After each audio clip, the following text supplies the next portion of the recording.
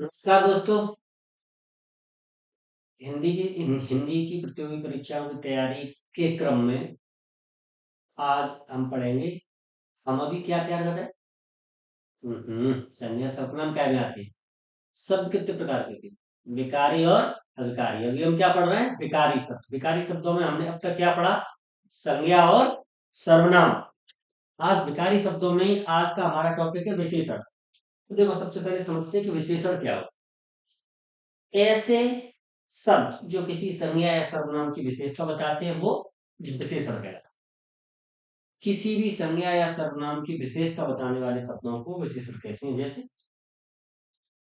काली भैंस, अच्छी लड़की, मोटी महिला, तिकोना प्लॉट, भारतीय लोग, 2 दर्जन केले, 1 किलो सेब, 2800 रुपये, 24 सिक्के, छठवीं रैंक, दूसरी शताब्दी। किसी भी शब्द की विशेषता बताने वाले उसके रंग, रूप, दशा, गुण इत्यादि का बोध कराने वाले जो शब्द होते हैं, इत्यादि प्रकार किसी भी प्रकार की विशेषता बताने वाला जो अगर कोई शब्द है उसे हम विशेषण कहते हैं। विशेषता काय की बताते हैं? या तो संज्ञा की या सर्वनाम की। संज्ञा या सर्वनाम की विशेषता बताने वाले शब्दों को हम विशेषण कहते हैं। यहाँ से क्वेश्चन कैसे आते हैं? हाँ, एक बात, एक बहुत महत्वपूर्ण बात दोस्तों आप सबके लिए। देखो, एक चीज आप गांठ बांध के सुनिए। ये जो क्लासें हैं ना, ये बड़ी रिसर्च के बाद बनाई जा रही है। आप यकीन मानिए, पिछले कम से कम 6 और कई टॉपिक्स में 8 7 या 7 8 इससे भी ज्यादा सालों की विभिन्न परीक्षाओं के सभी प्रश्न पत्रों का अवलोकन करने के बाद हमारी टीम ने जो रिसर्च किया है कि कैसे कैसे प्रश्न पूछे आते रहे और अब कैसे पूछे आ रहे हैं। आज का जो परिवर्तनीय युग है, लगातार परिवर्तन तो होता ही रहता है। परिवर्तन तो संसार का नियम है। तो अब कैसे कैसे प्रश्न पूछे जा रहे हैं और निकट भविष्य में कैसे प्रश्न पूछने की संभावना है। आपका बिल्कुल भी वक्त खराब नहीं किया जा रहा। आपको बिल्कुल पॉइंट टू पॉइंट वही चीज पढ़ाने की कोशिश की जा रही है जो आपसे आपकी परीक्षा में पूछी है। मेरा विश्वास है कि आप यूपी ट्रिपल एस सी की कोई परीक्षा दे लीजिए, एसएससी जीडी की दे लीजिए, यूपी पुलिस की दे लीजिए, या ऐसी आरओ दे लीजिए, या ऐसी कोई भी परीक्षा जहां हिंदी पूछी जाती है, एक सिंगल प्रश्न ऐसा नहीं होगा जो, अगर आपने हमारी सारी क्लासें ली है, जिनकी संख्या बहुत ज्यादा हम बनाने वाले नहीं है, कम से कम क्लासों में आपको ये सिलेबस देने की कोशिश करेंगे, लेकिन छूटेगा कुछ भी नहीं। और अब हमें सब समेटना है तो थोड़ा सा आपका वाइड सिलेबस हो सकता है, लेकिन हम कोशिश कर रहे हैं इसे छोटे से छोटा करें। लेकिन मेरा ये दावा है और विश्वास है, एक सिंगल प्रश्न ऐसा नहीं होगा हिंदी वाले पोर्शन में, अगर आपने हमारी सारी क्लासें ली तो अगर यहाँ से छूट जाए, उसका हल हमारी क्लासों में छिपा है। बस जरूरत है आपको इन्हें ध्यान से हमारी क्लासेस देखने का, ध्यान से उनका अवलोकन करने का। फिर अगर आपको जरूरत है तो हमारी क्लासों में उनके नोट्स बनाने का और उन्हें बार बार प्रैक्टिस करने का। ऐसे बहुत सारे विद्यार्थी होंगे जो पूरे मन लगा के ये क्लासें लेंगे और वो इतना स्कोर करेंगे, शायद 100%,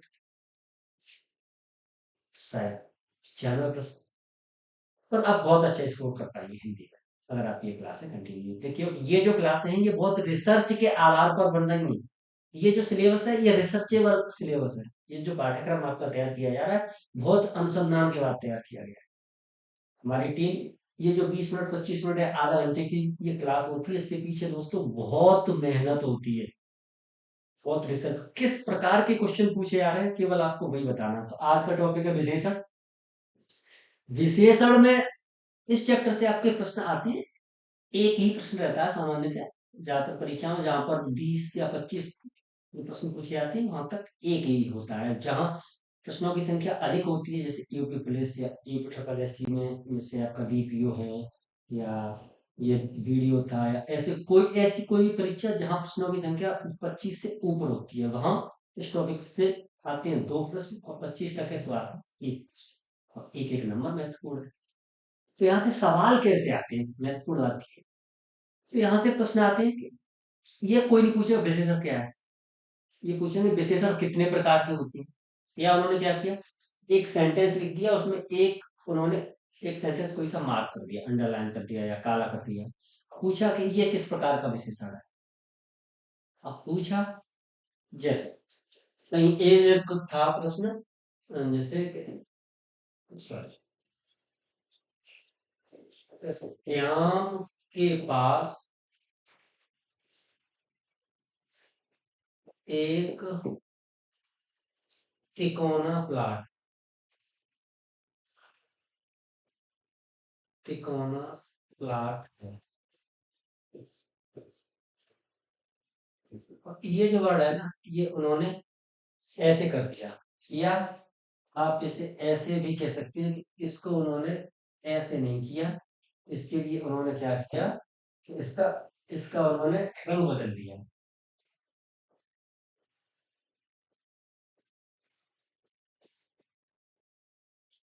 और अब उन्होंने आपसे प्रश्न पूछा कि जो शब्द आपका काले अक्षरों में लिखा हुआ है, ये किस प्रकार का विशेषण है। और उसका जो ऑप्शन है वो इन चारों में से कोई नहीं। कहेंगे सर विशेषण तो चार ही प्रकार के होते हैं, फिर ऑप्शन तो इन्हीं में से होगा। जी नहीं, इन प्रकारों के अंदरूनी भाग भी होते हैं। इसका अर्थ क्या हुआ कि हमें ये चारों तो पढ़ने ही है, इनके भी जो जो भाग हो सकते हैं वो भी पढ़ने हैं। और फिर हम इसका उत्तर पूरी तरीके से दे पाएंगे, हम विशेषण को समझ पाएंगे और हमसे विशेषण का कोई भी प्रश्न गलत नहीं हो। आइए शुरू करते हैं ठीक से। इस क्वेश्चन को अभी यहाँ लिखे रहने देते हैं, इसका प्रश्न आप अपने आप देंगे इस क्लास के बाद।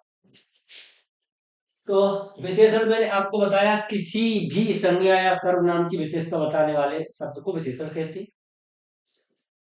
और ये चार प्रकार के होते हैं। एक ये भी प्रश्न है जो तीन, शायद तीन बार हमें ये मिला है, हमने जितनी रिसर्च की उनमें तीन अलग अलग परीक्षाओं में ये पूछा गया है कि विशेषण कितने प्रकार के होते हैं। तो कोई ये पूछता है कितने प्रकार के होते हैं, तो आपका जवाब होगा चार। क्योंकि क्योंकि इनका जो ऑथराइज या ऑफिशियल जो बंटवारा है वो चार भाग में है। और इनके नाम क्या क्या होते हैं, सार्वनामिक विशेषण, परिमाणवाचक विशेषण, गुणवाचक विशेषण और संख्यावाचक विशेषण।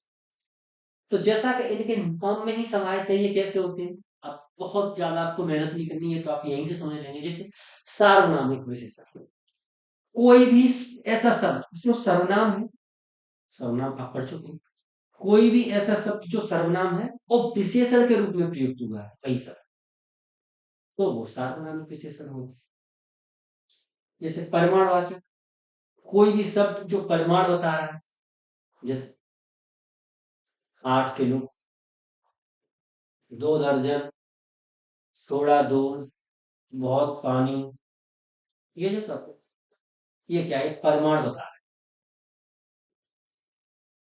गुणवाचक, जो किसी का गुण, दशा, स्थिति, रंग, रूप इत्यादि का वर्णन करे, जैसे पीली शर्ट, सफेद पजामा, काला कोट, लाल गुलाब, या जो किसी की लंबाई चौड़ाई बता रहा है, जैसे चौड़े रास्ते, लंबी सड़क, ये क्या है, ये उनके गुण या दशा बता रहे हैं। जैसे फटी किताब, टूटी कुर्सी, नया मकान, पुरानी सड़क, गुण, दशा, स्थिति इत्यादि का जो वर्णन करते हैं। वृद्ध व्यक्ति, योजन सभा, सब कुछ, महिला आश्रम, ये जो शब्द होते हैं, ये जो शब्द हैं, ये गुणवाचक विशेषण है। तो संख्यावाचक क्या है, जिसमें किसी अनिश्चित या निश्चित संख्या का गुण हो। जैसे 2 लड़कियां, 80 वर्ष, या 20,000 रुपए, कुछ जिसमें संख्यावाचक क्रम, ये संख्यावाचक। अब हम डीप से पढ़ते हैं, ठीक है। देखो, सार्वनामिक विशेषण जैसा मैंने आपको बताया कि ऐसा कोई भी शब्द जो सर्वनाम के रूप में प्रयुक्त होता है और वही शब्द अगर विशेषण में प्रयुक्त हुआ है या थोड़ा सा चेंज होकर विशेषण में प्रयुक्त हुआ है, तो वो सार्वनामिक विशेषण होते हैं।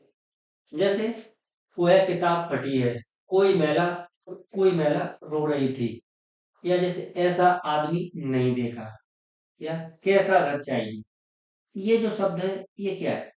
ये सर्वनाम। वह महिला रो रही थी, यह व्यक्ति बहुत धनी है, यह वह, ये क्या है? ये सर्वनाम ही है। वे बहुत अच्छे खिलाड़ी थे, तो यहाँ वे सब सर्वनाम में आया। और वे खिलाड़ी ठीक नहीं थे। अब ये खिलाड़ियों की विशेषता बताने लगे। वे बहुत अच्छे खिलाड़ी थे, वहां खिलाड़ी की विशेषता अच्छे शब्द बता रहा। तो ये क्या था? सर्वनाम। अब वे खिलाड़ी अच्छे नहीं थे, तो ये खिलाड़ियों की विशेषता बताने लगा। तो ऐसा कोई भी सार्वनामिक शब्द जो विशेषण के रूप में प्रयुक्त होता है, सार्वनामिक विशेषण होता है। ये दो प्रकार के होते हैं। एक होते हैं मौलिक सार्वनामिक विशेषण, एक होते हैं यौगिक। मौलिक का अर्थ ये है कि जैसे शब्द सर्वनाम में प्रयुक्त होते हैं, वो बिना किसी परिवर्तन के वैसे ही विशेषण में प्रयुक्त हो रहे हैं सार्वनामिक शब्द, तो ये मौलिक सार्वनामिक शब्द है। तो हाँ, थोड़ी सी समझने वाली बात है, उतनी उलझी हुई बात है नहीं जितनी आप समझ। कहने का अर्थ क्या है? जिस रूप में कोई शब्द सर्वनाम में प्रयुक्त होता है, जैसे यह, वह, ये जो शब्द है, ये सर्वनाम क्या होते हैं? यह, वह, ये। आप तो इसमें ये प्रयुक्त तो होगा नहीं, या आप भी अगर होता है तो यह, वह, मैं, आप, जैसा सर्वनाम के रूप में लिखा जाता है वैसा ही विशेषण के रूप में लिखा है, तो वो हो गया मौलिक सार्वनामिक विशेषण, यानी मूल सर्वनाम विशेषण। जैसे उदाहरण में आपको यह पुस्तक फटी है, जैसे वह तौलिया, वह तौलिया,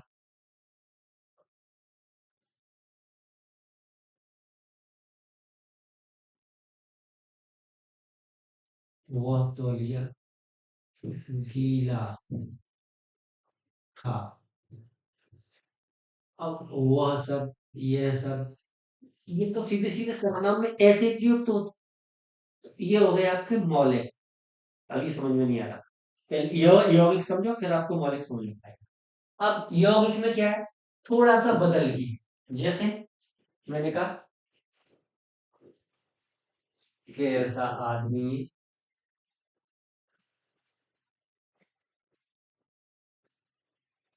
आदमी की विशेषता कैसा कम होता है, या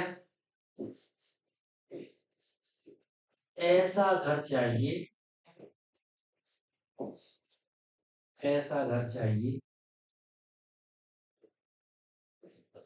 ऐसा या कैसा, ये जो शब्द है ये थोड़ा बदल के लिखे गए। ऐसा शब्द कहाँ होता है? कहीं नहीं होता। जो बदल के लिखे गए वो हो गए यौगिक।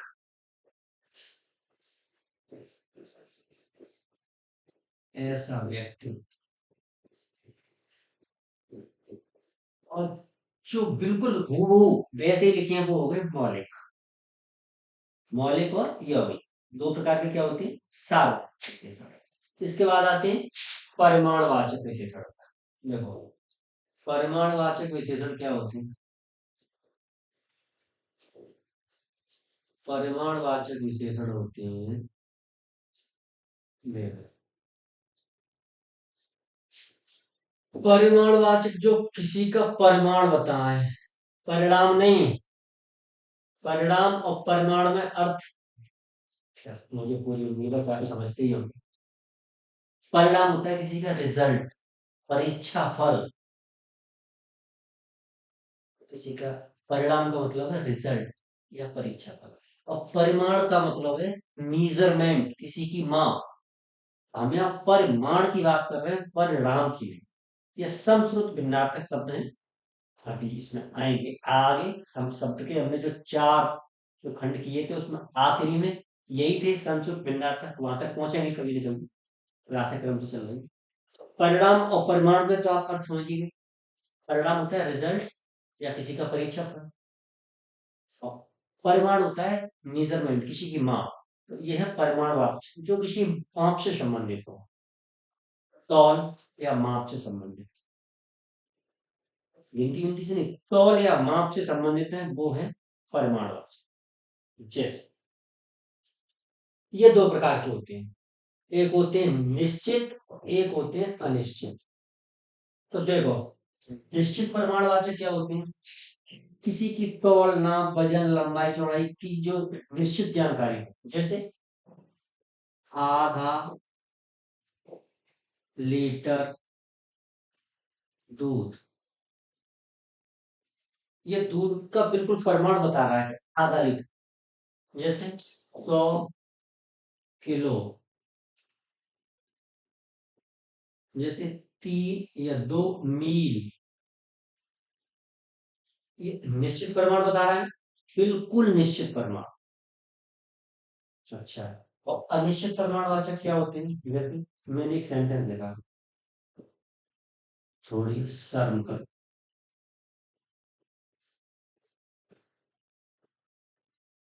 कितनी शर्म करे, परिमाण तो ये भी है, पर कितनी शर्म करे, कितनी, पता नहीं। जैसे एक मैंने सेंटेंस लिखा, बहुत भीड़ थी। अब कितनी भीड़ थी, एग्जैक्ट गिनती कुछ पता है? नहीं पता। जैसे मैंने एक सेंटेंस लिखा, कुछ लोग विरोधी हैं, विरोधी हैं। अब कितने लोग विरोधी हैं, आपके पास गिनती है? एग्जैक्ट तो नहीं। अगर अनिश्चित संख्या का बोध हो रहा है, किसी अनिश्चित परिमाण का बोध हो रहा है, अनिश्चित परिमाण का बोध हो रहा है, जैसे थोड़ी शर्म करो, थोड़ा दूध दे दो, वहां हमने कहा था आधा लीटर दूध, हमने दो बातें कही, आधा लीटर दूध दे दो, या हमने कहा थोड़ा दूध दे दो, कितना, थोड़े तो अनिश्चित है। तो जहां निश्चित परिमाण बोधक बात हो, वो हो गए निश्चित परिमाणवाचक विशेषण, जहां अनिश्चित बात हो, वो हो गए अनिश्चित परिमाणवाचक विशेषण। Any problem? सही है। अब आते हैं गुणवाचक, ये बहुत अच्छे शब्द है। गुणवाचक का मतलब क्या है? गुण, दोष, रूप, रंग, आकार, स्वभाव, दशा। गुण, रूप, रंग, आकार, स्वभाव, दशा, इन चीजों का वर्णन करने वाले जो शब्द होते हैं, वो क्या होते हैं? गुणवाचक विशेषण होते हैं। जैसे नीली शर्ट, नया मकान, निर्धन व्यक्ति, खस्ता हालत, ये आपको अलग अलग चीजें बता रहे हैं। जैसे भारतीय लोग, जैसे आ, गोल गुम्बद, ये जो चीजें हैं, सूखी तौलिया, गीली लकड़ी, किसी की स्थिति, दशा, भाव इत्यादि का जो बोध करा है, वो क्या होते हैं? गुणवाचक विशेषण। ये होते हैं 6 प्रकार।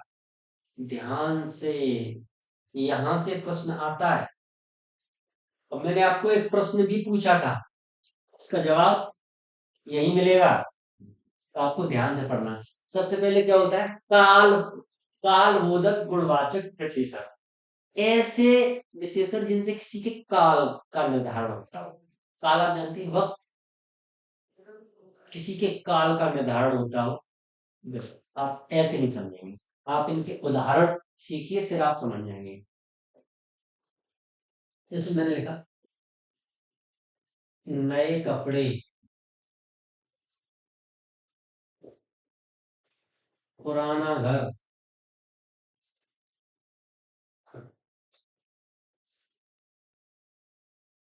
आ नहीं रहा समझ में?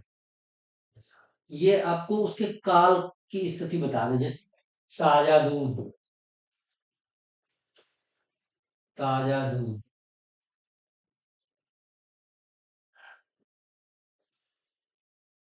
और जैसे प्राचीन मंदिर, आधुनिक शिक्षा, ये शब्द क्या है? एक काल निर्धारण ही तो कर रहे हैं। प्राचीन मंदिर, आधुनिक शिक्षा,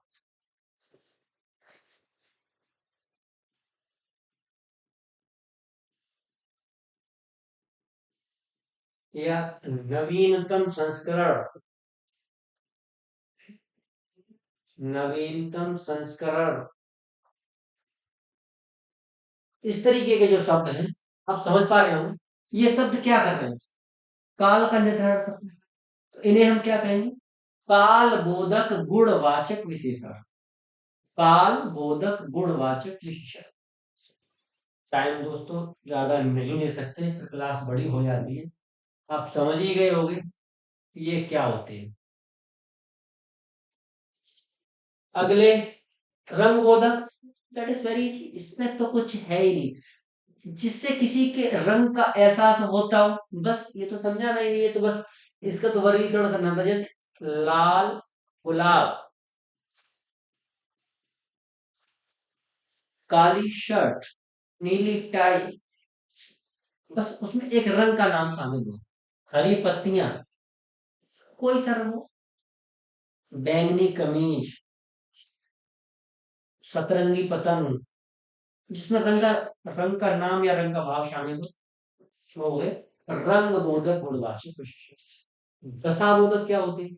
किसी की दशा, स्थिति क्या है, वर्तमान उसकी स्थिति क्या है, उसकी स्थिति बोधक जो शब्द होते हैं, दशा, दिशा और दशा में फर्क होता है। ये भी संस्कृत विन्यार्थक शब्द है। दिशा का अर्थ होता है डायरेक्शंस, पूर्वी दिशा, पश्चिमी दिशा, या उत्तरी दिशा, दक्षिणी दिशा, पूर्व उत्तर दिशा, विभिन्न दिशा। दिशा का अर्थ होता है डायरेक्शन, दशा का अर्थ होता है कंडीशन, वर्तमान जो उसकी दशा है, अभी उसकी स्थिति क्या है। तो हम यहाँ कर रहे हैं दशा बोधक। तो दशा बोधक के उदाहरण क्या हो सकते हैं, देखो सोचो। जैसे मैंने मोटा लड़का, या मैंने कहा गीला तौलिया,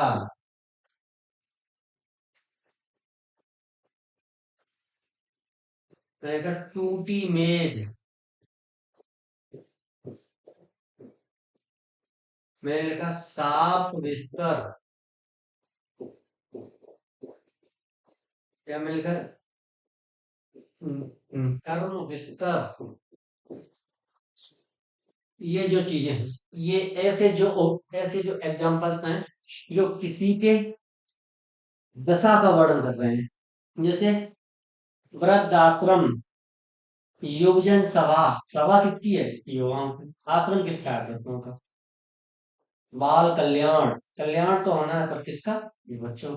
किसी की दशा का जो वर्णन कर रहे हैं, गीला तौलिया, टूटी मेज, मेज तो है पर कैसी टूटी है, साफ बिस्तर या नर्म बिस्तर, स्वच्छ घड़ी, ऐसे जो किसी की दशा का वर्णन करती है वो क्या होते हैं? दशा बोधक।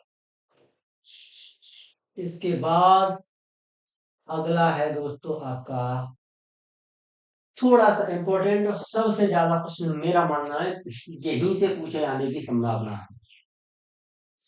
ये होते हैं गुणबोधक गुणवाचक विशेषण। कंफ्यूजन देने वाला है, दो बार इसमें हमने गुण पढ़ा, गुणबोधक और गुणवाचक। गुणवाचक तो ये सभी, उसमें गुणबोधक है। तो ऐसा कि जो किसी के गुण का पता गुण के ही माध्यम से चले। यहाँ किसी के गुण का दशा के माध्यम से चल रहा था, या रंग के माध्यम से, या काल के माध्यम से, इसमें आकार के माध्यम से चलेगा, इसमें स्थान के माध्यम से, लेकिन इसमें गुण का पता गुण के माध्यम से चलेगा। गुण क्या होती है? जैसे अच्छा, भला, बुरा, चालाक, शातिर, ये क्या होता है? तो गुण होते हैं, ये चीज दिखाई तो देती है। अच्छा, भला, बुरा, चालाक, शातिर, अम, और क्या क्या होता है, ईमानदार। तो ये जो गुण, ईमानदार, बेईमान, जो गुण हैं, उनका अगर वर्णन है, जिन शब्दों को गुण या अवगुण माना जाता है। किसी भी गुण या अवगुण का वर्णन नहीं, वो सब आपके विशेषण के रूप में प्रयुक्त है, तो वो क्या होता है, गुण बोधक गुणवाचक विशेषण होता है। जैसे भला व्यक्ति, बुरा व्यक्ति, अच्छा लड़का, ये जो है सातिर चोर, चालाक शिकारी, ऐसे जो शब्द हैं ये क्या होते हैं, जैसे सातिर, चोर, न्यायी, सरपंच। दोस्तों इसमें उदाहरण भी हमने कोशिश की है, वही दिए गए हैं जो परीक्षा में पूछे गए या पूछे जाने की संभावना है। उदाहरणों में भी आपको ध्यान रखा गया है, समझाने के लिए कुछ भी बोल दें, जो लिखित उदाहरण लिए गए हैं वो सामान्य थे, वही है। अब जैसे सीधा व्यक्ति, जिन शब्दों के माध्यम से किसी के गुण का निर्धारण होता है, वो शब्द अगर विशेषण के रूप में है तो उन्हें बोलते हैं गुण बोधक गुणवाचक विशेषण। समझ ही गए होंगे आप। और उदाहरण आप सोचने की कोशिश करो। अच्छा स्थान, भला व्यक्ति, बुरा व्यक्ति, जो भी गुण होते हैं, ईमानदार, बेईमान, जिन शब्दों को हम गुण का नाम देते हैं, सदाचारी, दुराचारी, व्यभिचारी, इनके बाद अगर कोई संज्ञा या सर्वनाम है तो ये सब कैसे होंगे, गुण बोधक गुणवाचक सर्व। नेक्स्ट, इसके बाद है आपका आकार बोधक। आकार बोधक गुणवाचक विशेषण, किसी के आकार का जिसमें जबरन हो, सिर्फ आकार, आकार कैसे, जैसे लंबा मार्ग, चौड़े रास्ते,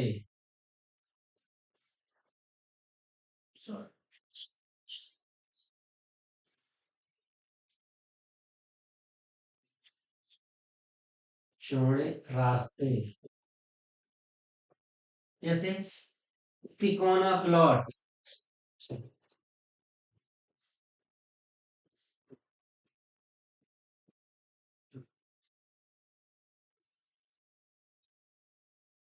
हमसे एक प्रश्न पूछा था ये क्लास शुरू करते हुए, ये किस प्रकार का, उसमें सिर्फ इतना लिखा हुआ था, गुणवाचक नहीं था, आकार बोधक, दशा बोधक, स्थान बोधक, और एक किसी और का था। हमने जितने ये जो किए, तो ऐसे प्रश्न पूछे आ रहे हैं। आप समझ पा रहे होंगे कि आपको ये जो इसका अंदरूनी वर्गीकरण है ये बताने की आवश्यकता क्या है। तो ये लेटेस्ट किसी परीक्षा में पूछा है, मतलब लेटेस्ट का मतलब बिगिन वन ईयर, पिछले एक वर्ष के अंदर, यानी 2023 में ही हुई एक परीक्षा में हिंदी के पेपर में ये सवाल पूछे गए, तो मैंने आपको बताया। आकार का जिनसे बोध होता है वो आकार बोधक, आखिरी बचे स्थान बोधक। ये बहुत सरल है, स्थान बोधक का मतलब जिनसे किसी स्थान विशेष का बोध होता हो। आप उदाहरण से समझिए, जैसे भारतीय लोग,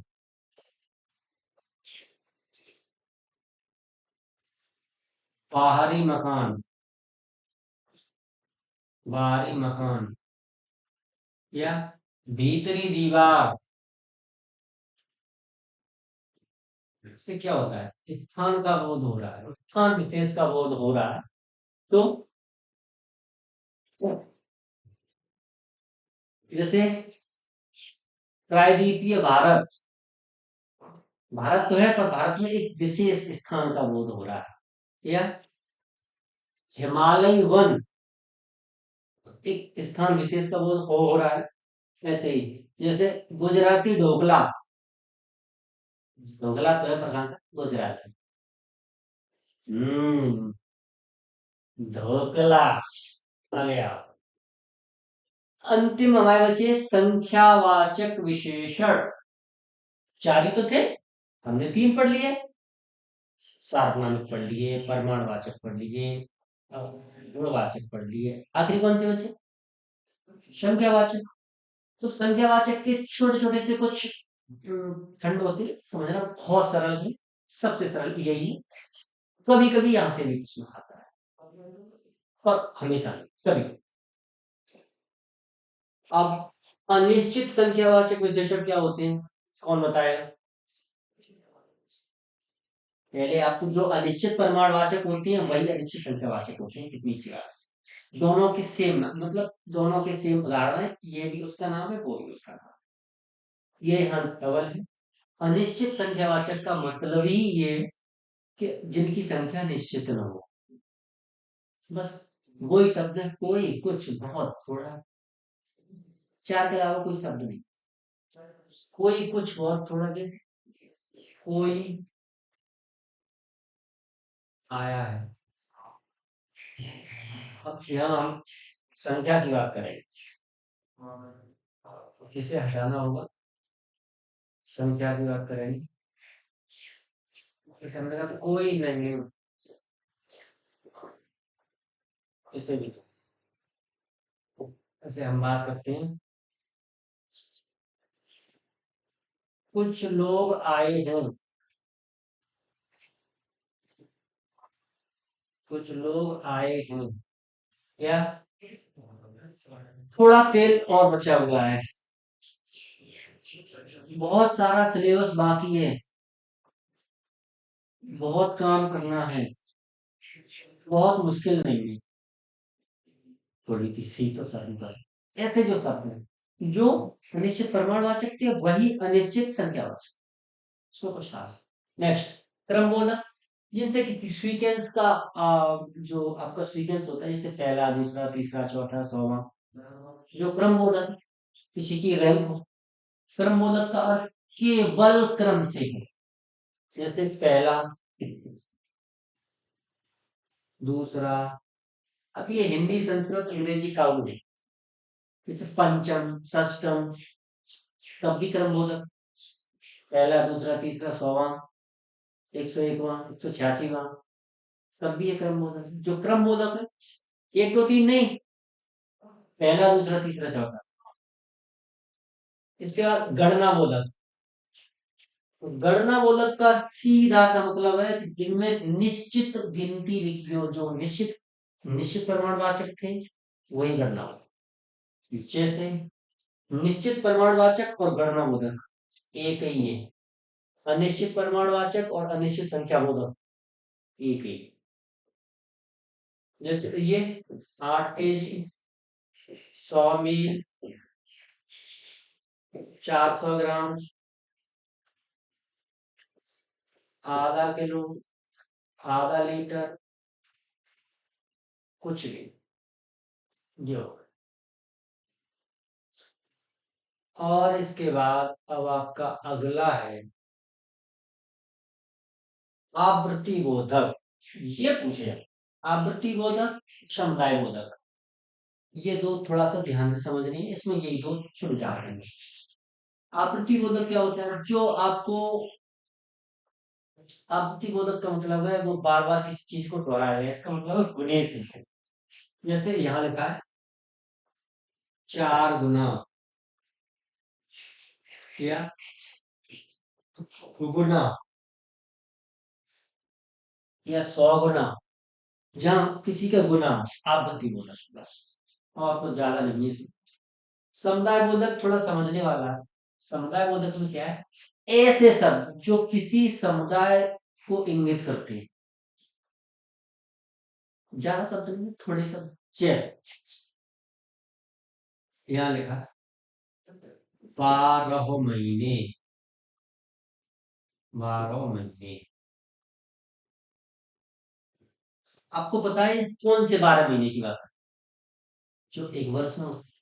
इसका मतलब पूरे वर्ष। जैसे यहाँ लिखा है 7 दिन, 7 दिन, इस तरीके से लिखा। 7 दिन का मतलब है, आपको पता है पूरे हफ्ते के सभी दिन। जैसे यहाँ लिखा है तीनों भाई, तीनों भाई, ये ये आप जहां भी प्रयोग करेंगे ये सब, वहां आपको उन 3 नामों की जानकारी होगी ये किन तीन वाक्यों के बारे में बात हो रही है।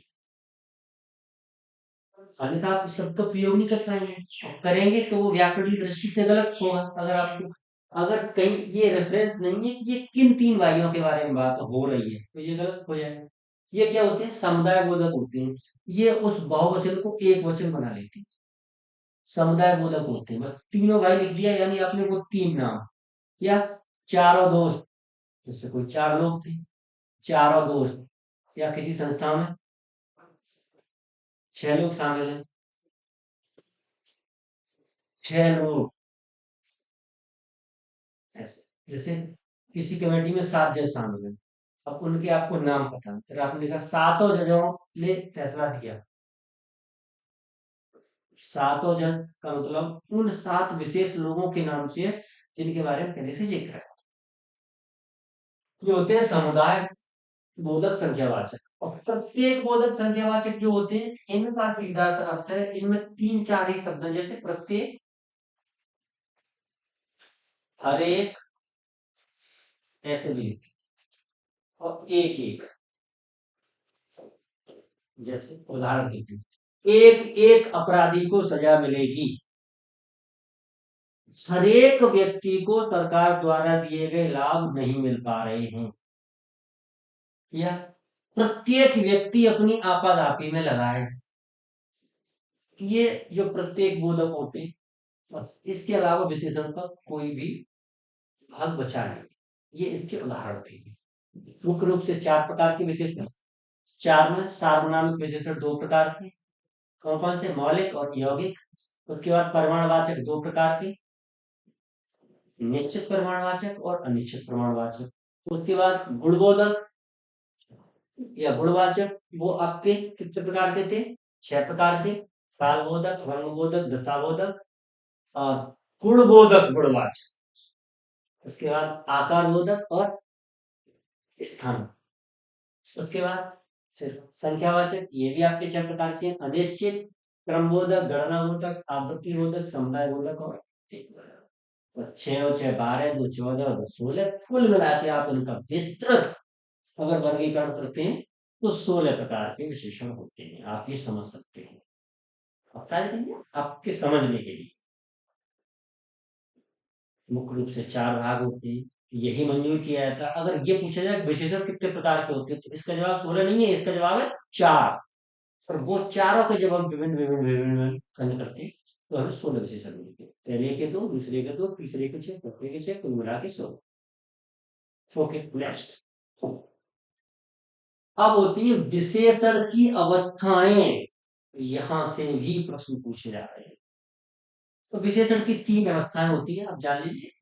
ये भी प्रश्न था एक परीक्षा में कि विशेषण की कितनी अवस्थाएं होती है। ऑप्शन थे इसमें दो, तीन, चार, छह। कंफ्यूजन हो गया, सवाल पढ़ा नहीं गया सही से, तो कंफ्यूजन हो गया, लोगों को लगा कि विशेषण चार प्रकार के थे, तो चार भी एक ऑप्शन है। फिर पहले वाले में दो प्रकार के थे, दूसरे में दो प्रकार के थे, तो वो भी ऑप्शन है। और तीसरे चौथे में छह छह प्रकार के थे, वो भी ऑप्शन है। तो दो ऑप्शन, चार ऑप्शन, छह ऑप्शन, सात में छह।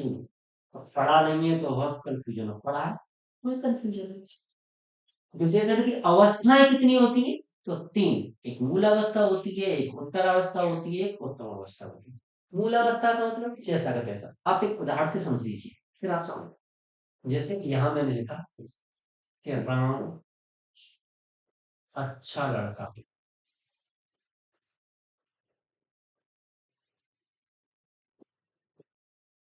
अब शब्द होता है अच्छा, और अच्छा शब्द अपनी मूल अवस्था में है, किसी से इसकी कोई कंपैरिजन नहीं, अच्छा ही लिखा हुआ है। ये हो गई मूल अवस्था। उत्तर अवस्था क्या होती है, किसी की तुलना में, जहां पर तुलनात्मक स्थिति हो, जैसे राम, कौन, श्याम से अच्छा।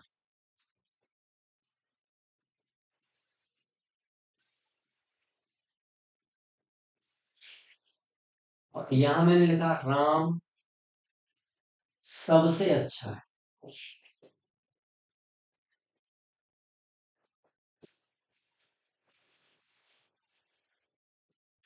देखो, जिन लोगों ने इंग्लिश में कंपेरेटिव और सुपरलेटिव डिग्री पढ़ी कि भाई ये कुछ नहीं है।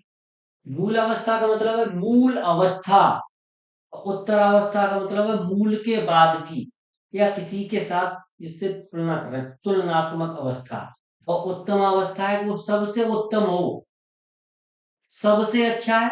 उत्तम अवस्था है किसी से अच्छा है, किसी की कंपेरिजन में अच्छा है, अच्छा या बुरा कुछ भी, ऐसा नहीं कि बुरा है, मतलब किसी से कोई कंपेरिजन नहीं तो मूलावस्था। एक व्यक्ति, एक समुदाय या कुछ लोगों से अच्छा है पर सबसे अच्छा नहीं है, मतलब वो ऐसी स्थिति में है कुछ से अच्छा है और सबसे अच्छा नहीं है, या कुछ के बजाय। तो ऐसी स्थिति में उत्तम अवस्था, उत्तरावस्था। और उत्तम का अर्थ है सबसे उत्तम, सर्वोत्तम, जो सबसे अच्छा हो, best. Good, better, best. Good अच्छा, बेटर उससे अच्छा, बेस्ट सबसे अच्छा। तो वही है। विशेषण की अवस्था कितनी होती है? तीन, मूलावस्था, उत्तरावस्था, उत्तम अवस्था। एक सवाल पूछा जाता है प्रविशेषण क्या होता है? देखो, अगर कोई शब्द विशेषण की भी विशेषता बता रहा है, क्या चीज होता है?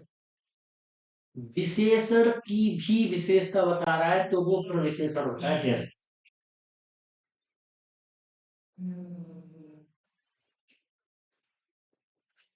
मैंने लिखा उसेन बोल्ट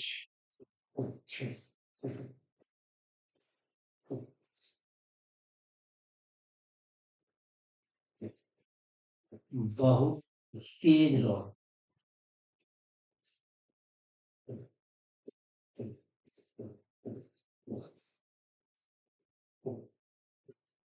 अब यहाँ देखिए दो विशेषण हो गए,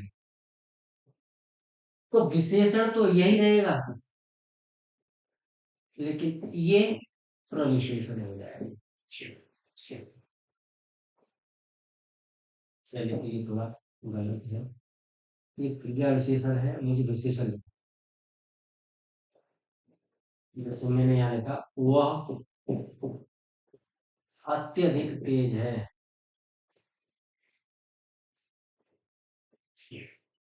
अत्यधिक तेज है। देखो वह कैसा है? तेज है। ये क्या हो गया? विशेषण। और ये विशेषण की विशेषता बताएं, तेज है लेकिन कैसा तेज है? अत्यधिक तेज है। ये क्या हो गया? प्रविशेषण। जो शब्द विशेषण की भी विशेषता बताएं वो होते हैं प्रविशेषण। और एक चीज पूछी जाती है विशेषण और विशेष। जैसे राम अच्छा लड़का है। देखो राम जो लड़का है, लड़के के लिए विशेषण है अच्छा। अच्छा क्या है? विशेषण। अब विशेषता किसकी बताई जा रही है? लड़के की। तो लड़का शब्द क्या है यहाँ? विशेष।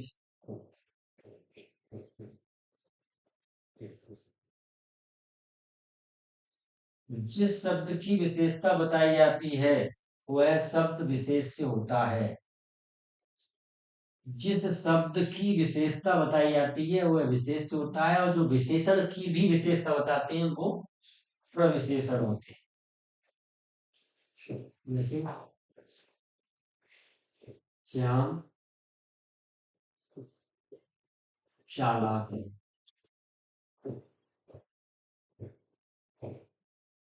चालाक शब्द क्या है?